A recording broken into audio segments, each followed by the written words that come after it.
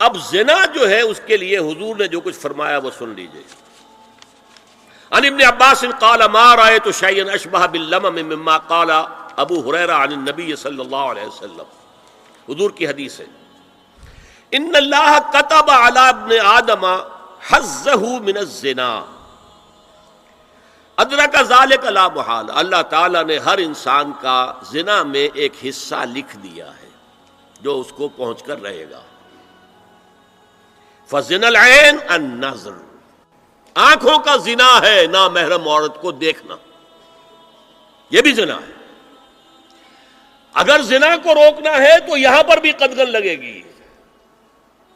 ایک جگہ آیا ہے حدیث میں النظر سہم، یہ تیر ہے. یہ نظر جو ہے نگاہوں کے تیر، یہ تو آپ شاعری کے اندر بھی اور گانوں کے اندر بھی نگاہوں کے تیر سنتے ہیں کہ نہیں سنتے؟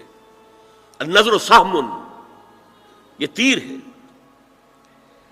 وزن اللسان النطق یا منطق، زبان کا زنا ہے کسی عورت سے گفتگو کر کے چٹخارے لینا. عورت کی آواز میں بھی ایک لوچ ہے، حسن ہے. اللہ تعالیٰ نے اسے سراپا ایسا بنایا ہے کہ مرد کے لیے اس کی ہر شے کے اندر اٹریکشن ہے، اس کی آواز میں اٹریکشن ہے. والنفس تمنا و تشتہی، اور باقی رہ گیا نفس، وہ تمنا کرتا ہے کہ اب میں اس سے آگے بھی بڑھوں اور زنا بھی کر لوں. والفرج یصدق ذلک کلہ او یکذب، لیکن یہ ہو بھی سکتا ہے نہیں بھی ہوتا، لیکن یہ زنا تو کر چکا نا.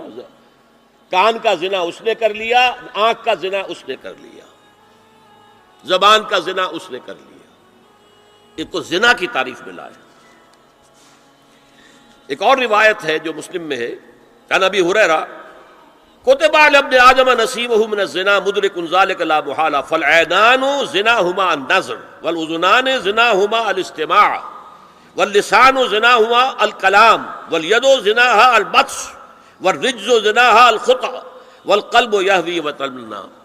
یہ زبان کا بھی زنا ہو رہا ہے، کان کا بھی زنا ہو رہا ہے، ہاتھ کا بھی ہو رہا ہے، کہیں لمس کیا ہے عورت کے جسم کو، ہاتھ ملایا ہے اس سے، اور چل کر کہیں جا رہا ہے دیکھنے کے لیے، یہ پاؤں کا زنا ہو رہا ہے. یہ ہے زنا کی شکلیں جو محمد الرسول اللہ صلی اللہ علیہ وسلم نے بیان کی. تو زنا کا روک تھام، زنا کی جو ہمارے معاشرتی اہداف کے اندر بہت اہم ہے، بہت اہم ہے، بہت اہم، ورنہ معاشرہ ٹوٹ پھوٹ کا شکار ہو جائے گا. میاں بیوی میں اعتماد نہیں ہے، بے اعتمادی کی فضا میں اولاد جو پلے گی اس کی منفی نفسیات ہوں گی، کبھی مثبت نفسیات نہیں ہو سکتی. والدین میں محبت ہے، آپس میں اعتماد ہے، ایک دوسرے پر اعتماد ہے، ایک دوسرے کا لحاظ ہے، ایک دوسرے کی دلجوئی ہے، ایک دوسرے کی مدد ہے. یہ ساری چیزیں جو ہے وہ ایک فضا پیدا کرتی ہیں گھر کے اندر. وہ ایک نارمل، ایک صحت مند فضا جس میں کہ نئی نسل پروان چڑھے گی تو وہ ایک پازیٹیو اور مثبت نفسیات لے کر پیدا ہوگی. اچھا، اور دیکھیے اس میں کیا کیا کچھ حضور کی طرف سے آئے ہیں.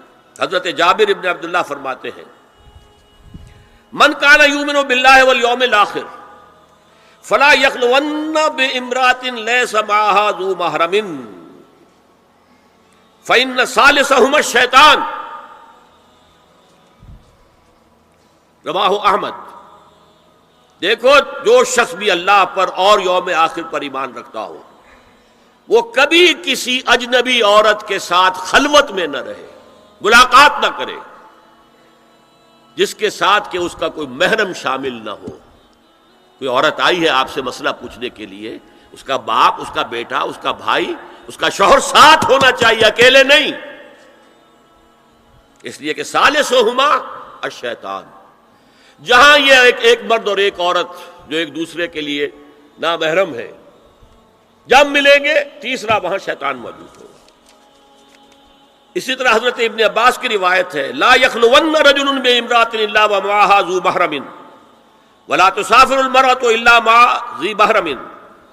کوئی مرد کسی عورت کے ساتھ خلوت میں نہ ہو، اکیلے نہ ہو، مگر یہ کہ اس عورت کے ساتھ اس کا محرم موجود ہو.